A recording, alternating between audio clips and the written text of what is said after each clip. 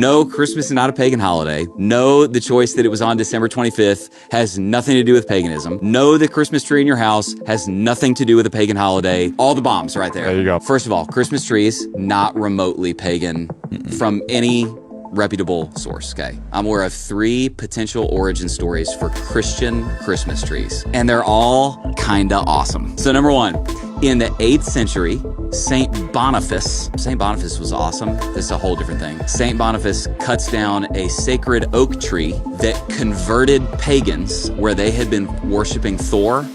Saint Boniface, my brother was a bro.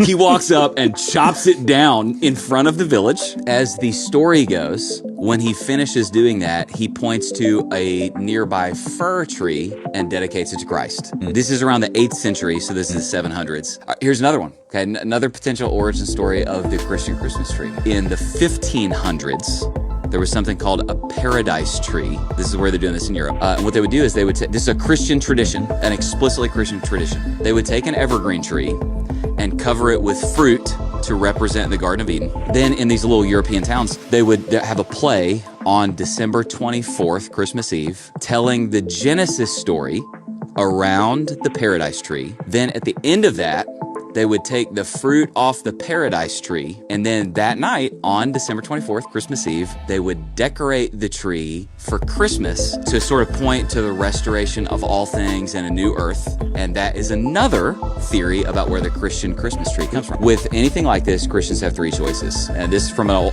old paradigm from Bible teacher named Mark Driscoll that's really helpful to me. You need to ask the question, is this something to receive, reject, or redeem? This is what some people think that early Christians did with, for instance, the date December 25th at Christmas. Some people, falsely I think, they think that what was happening was early pagans in Rome were celebrating things like Sol Invictus or Saturnalia, and that honestly, so a whole bunch of pagans became Christians, and then everybody was like, well, daggum, man, everybody's off work this week already for Saturnalia, and mom already made the dip, and the uncles were already coming in, and so we might as well just celebrate Jesus' birth. Some people think that's how it happened. Now, you're about to find out that's not how it happened, but what I would say is there would be nothing wrong with that.